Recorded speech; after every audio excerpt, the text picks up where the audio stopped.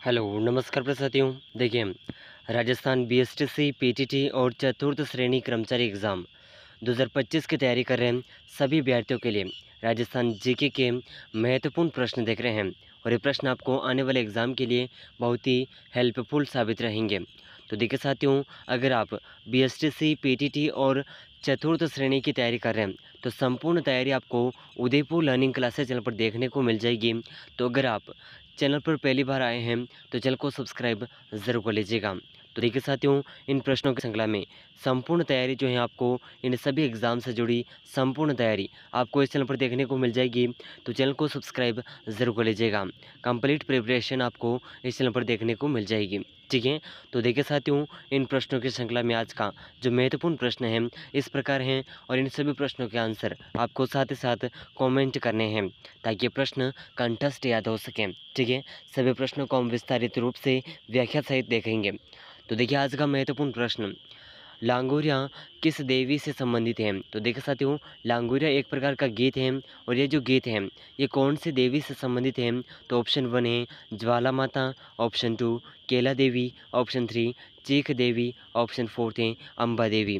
तो देखिए सही आंसर होगा लांगुरिया गीत जो है यह केला देवी को समर्पित है। तो ऑप्शन बी इस प्रश्न का बिल्कुल सही आंसर हो जाएगा। ठीक है, ऑप्शन बी। चलिए अगला प्रश्न, क्वेश्चन नंबर 62। बहुत ही शानदार क्वेश्चन है और very very most important question है। ठीक है, ज़रूर याद रखिएगा। संपूर्ण भारत का एकमात्र लोक नाट्य जो दिन में प्रदर्शित होता है। तो देखिए साथियों, ऐसा कौन सा लोक नाट्य है जो दिन में प्रदर्शित किया जाता है? ठीक है, तो देखिए इसका ऑप्शन 1 है गौरी नृत्य, घूमर नृत्य, शिकारी नृत्य, गौरी नृत्य। तो सही आंसर होगा राजस्थान का एकमात्र नृत्य जो लोक नाट्य जो कि दिन में प्रदर्शित किया जाता है तो यह है ऑप्शन 4 गौरी नृत्य। ठीक है, ज़रूर याद रखिएगा। चलिए अगला प्रश्न है question number 63। Very very most important question है, इसे ज़रूर याद रखिएगा। तो देखिए प्रश्न इस प्रकार है, प्रधानमंत्री रोज़गार योजना के प्रारंभ होने का वर्ष है। तो देखिए साथियों, प्रधानमंत्री रोज़गार गारंटी योजना का प्रारंभ वर्ष कौन सा है? तो ऑप्शन 1 है 1990, ऑप्शन 2 1992, ऑप्शन 3 1993 और ऑप्शन 4 है 1995। तो सही आंसर होगा ऑप्शन सी, प्रधानमंत्री रोजगार योजना के प्रारंभ होने का वर्ष है 1993। और देखिए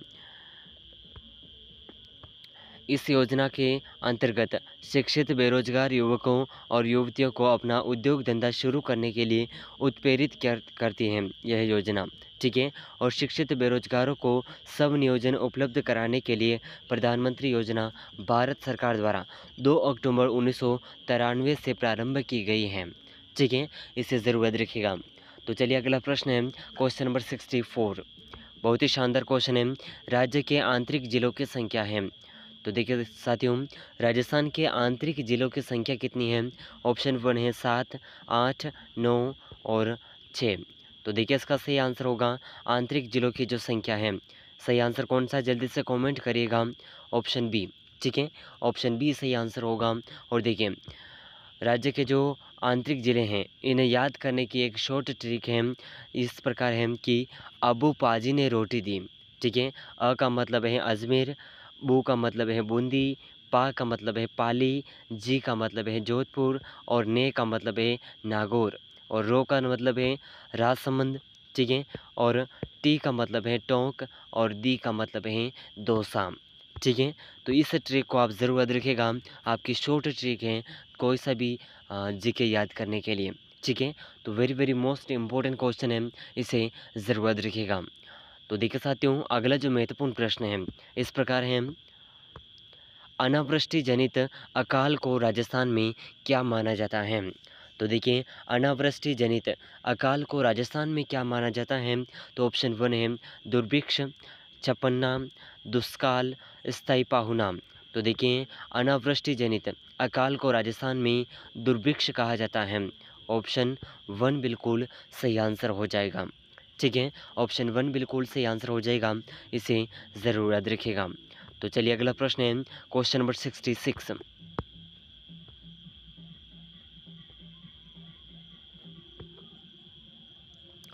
अलगोजा वाद्य यंत्र बजाया जाता है? तो देखिए साथियों, अलगोजा जो वाद्य यंत्र है ये किस कैसे बजाया जाता है? तो देखिए इसका ऑप्शन 1 है हाथ से, मुँह से, लकड़ी के डंडे से या फिर बिजली से। तो देखिए अलगोजा जो वाद्य यंत्र है यह मुँह से बजाया जाता है। ठीक है, तो ऑप्शन बी बिल्कुल सही आंसर हो जाएगा। ठीक है, चलिए अगला प्रश्न, क्वेश्चन नंबर 67। अकबर की चित्तौड़ विजय के उपरांत चलाए गए सिक्कों को क्या कहा जाता? तो देखिए अकबर के चित्तौड़ विजय के उपरांत चलाए गए सिक्कों को क्या कहा जाता है, ये इस क्वेश्चन के अंदर पूछा गया है। ठीक है साथियों, तो देखिए इसका ऑप्शन 1 है कलदार, ऑप्शन 2 विजयशाही, ऑप्शन 3 जाड़शाही, ऑप्शन 4 है सिक्का एलची। तो सही आंसर होगा ऑप्शन 4, सिक्का एलची से कहा जाता है अकबर द्वारा चित्तौड़ विजय के उपरांत चलाए गए सिक्के को। चलिए अगला प्रश्न है क्वेश्चन नंबर 68। मल्लिनाथ जी का पशु मेला कहाँ लगता है? तो देखिए साथियों, मल्लिनाथ जी का पशु मेला कहाँ पर लगता है, राजस्थान के कौन से स्थान और ज़िले में लगता है? तो ऑप्शन 1 है दिलवाड़ा, ऑप्शन 2 भीलवाड़ा, ऑप्शन 3 तिलवाड़ा बाड़मेर और जिलवाड़ा। तो देखिए सही आंसर होगा तिलवाड़ा में लगता है मल्लिनाथ जी का मेला। और ये जो मेला है प्रतिवर्ष चैत्र शुदी 11 से चैत्र शुदी 11 तक लगता है। ठीक है, तो यह पंचपदरा तहसील के तिलवाड़ा गांव में लूनी नदी पर लगता है और इस पशु मेले में सांचौर की नस्ल के बैलों के अलावा बड़ी संख्या में मालानी नस्ल के घोड़े और ऊँट की भी बिक्री होती है। ठीक है, ज़रूर रखिएगा। चलिए अगला प्रश्न है क्वेश्चन नंबर 69। कैला देवी मंदिर कहाँ स्थित है? तो देखिए साथियों, कैला देवी मंदिर राजस्थान में कौन से ज़िले में स्थित है? तो ऑप्शन 1 है Jaipur, option 2 Ajmer, option 3 Pushkar, option 4 Karauli. तो सही आंसर होगा कैला देवी मंदिर करौली ज़िले में स्थित है। ठीक है, तो ऑप्शन 4 बिल्कुल सही आंसर होगा। और देखिए साथियों, कैला देवी मंदिर राजस्थान राज्य के करौली नगर करौली ज़िले में स्थित है और यह एक प्रसिद्ध हिंदू धार्मिक स्थल है जहां प्रतिवर्ष मार्च और अप्रैल माह में एक बहुत बड़ा मेला लगता है और इस मेले में राजस्थान के अलावा दिल्ली, हरियाणा, मध्य प्रदेश और उत्तर प्रदेश के तीर्थयात्री आते हैं। ठीक है, ज़रूरत रखिएगा। चलिए अगला प्रश्न है क्वेश्चन नंबर 70। राजवल्लभ नामक ग्रंथ का मुख्य विषय है? तो देखिए साथियों, राजवल्लभ नामक ग्रंथ का जो मुख्य विषय है ये कौन सा है? तो ऑप्शन 1 है युद्ध कला, ऑप्शन 2 वास्तुकला, ऑप्शन 3 राजनीति, ऑप्शन 4 है चिकित्सा। तो सही आंसर होगा राजवल्लभ नामक ग्रंथ का मुख्य विषय है वास्तुकला। ठीक है, ऑप्शन बी बिल्कुल सही आंसर हो जाएगा, ज़रूरत रखिएगा। चलिए अगला प्रश्न है। और देखिए साथियों, राजवल्लभ नामक ग्रंथ के जो रचयिता हैं ये मंडन थे और राणा कुंभा के मुख्य शिल्पी थे। इस ग्रंथ से 15वीं शताब्दी की वास्तुकला के बारे में जानकारी मिलती है। ठीक है, चलिए अगला प्रश्न है क्वेश्चन नंबर 71। राजस्थान में कौन सा नवीनकरणीय संसाधन नहीं है? तो देखिए साथियों, ऐसा कौन सा संसाधन है जो राजस्थान में नवीनकरणीय नहीं है? तो ऑप्शन 1 है जल विद्युत, ऑप्शन 2 प्राकृतिक गैस, ऑप्शन 3 पवन ऊर्जा, ऑप्शन 4 है सौर ऊर्जा। तो सही आंसर होगा नवीनकरणीय जो संसाधन नहीं है ये है प्राकृतिक गैस। ठीक है, ऑप्शन बी बिल्कुल सही आंसर होगा। तो इनमें से आपके कौन से सही आंसर हो रहे हैं कमेंट ज़रूर करिएगा और सभी प्रश्नों में से कितने प्रश्न सही होते हैं कमेंट करके ज़रूर बताइएगा। तो देखिए साथियों, नवीनकरणीय संसाधन देखिए ऐसे संसाधन जो पुनः उत्पन्न होने या जल्दी से नवीनकरणीय करने की क्षमता या सामर्थ्य रखते हैं नवीनकरणीय संसाधन कहलाते हैं, जैसे कि सूर्य, पवन ऊर्जा, पानी और मिट्टी। ठीक है, ये सभी नवीनकरणीय संसाधन हैं। तो देखिए साथियों, इन सभी प्रश्नों में से कितने प्रश्न सही होते हैं कमेंट करके ज़रूर बताइएगा और कमेंट सेक्शन में एक प्यारा सा कमेंट ज़रूर कर लीजिएगा।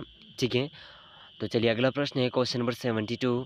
राजस्थान में तीज का त्यौहार मनाया जाता है? तो देखिए साथियों, राजस्थान में तीज का त्यौहार कब मनाया जाता है? तो ऑप्शन 1 है श्रावण शुक्ला तृतीया को, ऑप्शन 2 है श्रावण शुक्ला पूर्णिमा को, वैशाख शुक्ला तृतीया को, चैत्र शुक्ला एकम से दशमी तक। तो देखिए सही आंसर होगा ऑप्शन 1। राजस्थान में तीज का त्यौहार श्रावण शुक्ला तृतीया को मनाया जाता है। तो ऑप्शन 1 बिल्कुल सही आंसर होगा। चलिए अगला प्रश्न है क्वेश्चन नंबर 73। प्रतिहार शासक जिसने सर्वप्रथम जालौर को अपनी राजधानी बनाया वह था। तो देखिए ऐसा कौन सा प्रतिहार शासक था जिसने जालौर को सर्वप्रथम अपनी राजधानी बनाया था? तो देखिए साथियों इसका ऑप्शन 1 है नागभट्ट प्रथम, नागभट्ट द्वितीय, नागबाण भट्ट और गुरु अमरदास। तो सही आंसर होगा जिसने जालौर को अपनी राजधानी बनाया यह है नागभट्ट प्रथम। और देखिए साथियों नागभट्ट प्रथम प्रतिहार शासक नागभट्ट प्रथम ने 8वीं शताब्दी में बेनमाल पर अधिकार कर उसे अपनी राजधानी बनाया। बाद में इन्होंने उज्जैन को अपने अधिकार में कर लिया एवं उज्जैन उनकी शक्ति का प्रमुख केंद्र हो गया। ये बड़े प्रतापी शासक थे। इनका दरबार नागावलोक का दरबार कहलाता था, जिसमें तत्कालीन समय के सभी राजपूत वंश जैसे कि गोहिल वंश, चौहान वंश, परमार वंश, राठौड़, चंदेल, चालुक्य और कलचुरी उनके दरबारी सामंत थे। इन्होंने ग्वालियर प्रशस्ति में नारायण और मल्लेच्छों का नाशक कहा गया है। ठीक है, तो ज़रूरत रखिएगा। चलिए अगला प्रश्न क्वेश्चन नंबर 75। 2011 की जनगणना के अनुसार राजस्थान में न्यूनतम महिला साक्षरता वाला जिला है। तो देखिए साथियों 2011 की जनगणना के अनुसार राजस्थान में न्यूनतम महिला साक्षरता वाला जिला कौन सा है? तो ऑप्शन 1 है Jalore, option 2 Barmer, option 3 Jaisalmer, option 4 Banswara. तो सही आंसर होगा जालौर। ठीक है, और देखिए साथियों जालौर की जो न्यूनतम महिला साक्षरता दर है ये थी 38.73%। ठीक है, यानी कि 38.73%। ठीक है, ज़रूर याद रखिएगा। तो चलिए अगला प्रश्न क्वेश्चन नंबर 76। राजस्थानी चित्रकला की मूल शैली किस चित्र शैली को माना गया है? तो देखिए साथियों राजस्थानी चित्रकला की ऐसी कौन सी शैली है जिसे मूल शैली माना गया है? तो ऑप्शन 1 है मेवाड़ शैली, ऑप्शन 2 किशनगढ़ शैली, ऑप्शन 3 मारवाड़ शैली, ऑप्शन 4 है शेखावटी शैली। तो सही आंसर होगा ऑप्शन 1 मेवाड़ शैली को राजस्थानी चित्रकला की मूल शैली माना गया है। ठीक है, चलिए तो देखिए अगला जो प्रश्न है क्वेश्चन नंबर 77। राजस्थान में कृषक आंदोलन का प्रारंभ सर्वप्रथम हुआ। तो राजस्थान में किसान आंदोलन का जो प्रारंभ है ये सर्वप्रथम कौन से स्थान से हुआ था? तो ऑप्शन 1 है सिरोही से, दुधवाखारा में, बेगू में, बिजोलिया में। तो सही आंसर होगा ऑप्शन 4 बिजोलिया में। और देखिए बिजोलिया किसान आंदोलन मेवाड़ रियासत में हुआ था, जिसे धाकड़ जाट किसान आंदोलन भी कहा जाता है। 1897 ईस्वी में साधु सीताराम दास के नेतृत्व में बिजोलिया किसान आंदोलन की शुरुआत हुई थी। ठीक है, चलिए अगला प्रश्न है क्वेश्चन नंबर 78। किस वर्ष के अकाल को चालीसा अकाल कहते हैं? तो देखिए साथियों ऐसा कौन सा अकाल है, कौन से वर्ष का अकाल है जिसे चालीसा का अकाल भी माना जाता है?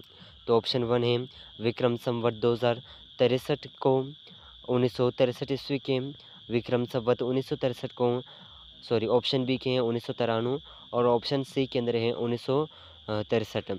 ऑप्शन 4 है 1783 ईस्वी के। तो देखिए सही आंसर होगा 1783 ईस्वी के अकाल को चालीसा अकाल माना जाता है। ठीक है, तो ज़रूर याद रखिएगा। तो देखिए हम चालीसा का जो अकाल है 1783 ईस्वी और विक्रम संवत 1840 में पड़े अकाल को कहा जाता है, और पंचकाल 1812 से 13 ईस्वी में पड़े अकाल को कहा जाता है। ठीक है, ज़रूर याद रखिएगा। तो चलिए अगला प्रश्न, और देखिए इसी के साथ में त्रिकाल अगर पूछा जाए कि त्रिकाल कौन से संवत को कहा जाता है, तो ये हैं 1868 ईस्वी और 1869 ईस्वी में पड़े अकाल को त्रिकाल कहा जाता है। ठीक है, और छप्पनिया अकाल 1899 और 1900 ईस्वी विक्रम संवत 1956 में पड़े अकाल को छप्पनिया अकाल कहा जाता है। चलिए अगला प्रश्न है क्वेश्चन नंबर 79। मथानिया और सौर ऊर्जा परियोजना से संबंधित जिला है। तो देखिए साथियों, मथानिया और सौर ऊर्जा से संबंधित जिला ऑप्शन 1 है बाड़मेर, जैसलमेर, चूरू, जोधपुर। तो सही आंसर होगा ये है जोधपुर। ठीक है, ऑप्शन 4 बिल्कुल सही आंसर होगा। तो चलिए अगला प्रश्न, क्वेश्चन नंबर 18, खारी नृत्य का संबंध राजस्थान के किस जिले से है? तो देखिए इस खारी नृत्य का संबंध कौन से जिले से है? ऑप्शन 1 है Bharatpur, option 2 Bikaner, option 3 Ajmer, option 4 Alwar. सही आंसर ऑप्शन 4 अलवर होगा। और देखिए खारी नृत्य ये एक वैवाहिक नृत्य है जो दुल्हन की विदाई के समय सखियों द्वारा किया जाता है। राजस्थान के मेवाड़ विशेषकर अलवर में यह नृत्य मुख्य रूप से होता है। ठीक है, तो ज़रूर याद रखिएगा, बहुत ही very very most important question है। तो देखिए साथियों, इस क्लास के अंदर हमने अब तक 80 तक के मोस्ट इम्पोर्टेंट क्वेश्चन को कवर किया है और इन सभी प्रश्नों में से आपके कितने प्रश्न सही हो रहे हैं कमेंट करके ज़रूर बताइएगा। अगर आप बीएसटीसी, पीटीटी और चतुर्थ श्रेणी की तैयारी कर रहे हैं तो ये चैनल आपके लिए बहुत ही हेल्पफुल साबित रहेगा। तो सभी प्रतियोगी परीक्षाओं की संपूर्ण और कंप्लीट प्रिपरेशन आपको इस चैनल पर देखने को मिल जाएगी। तो चैनल को अभी तक सब्सक्राइब नहीं किया है तो चैनल को सब्सक्राइब ज़रूर कर लीजिएगा। इस क्लास को अपने दोस्तों के साथ में शेयर ज़रूर करिएगा। तो मिलते हैं अगले महत्वपूर्ण प्रश्नों के साथ में, तब तक के लिए जय हिंद, जय भारत।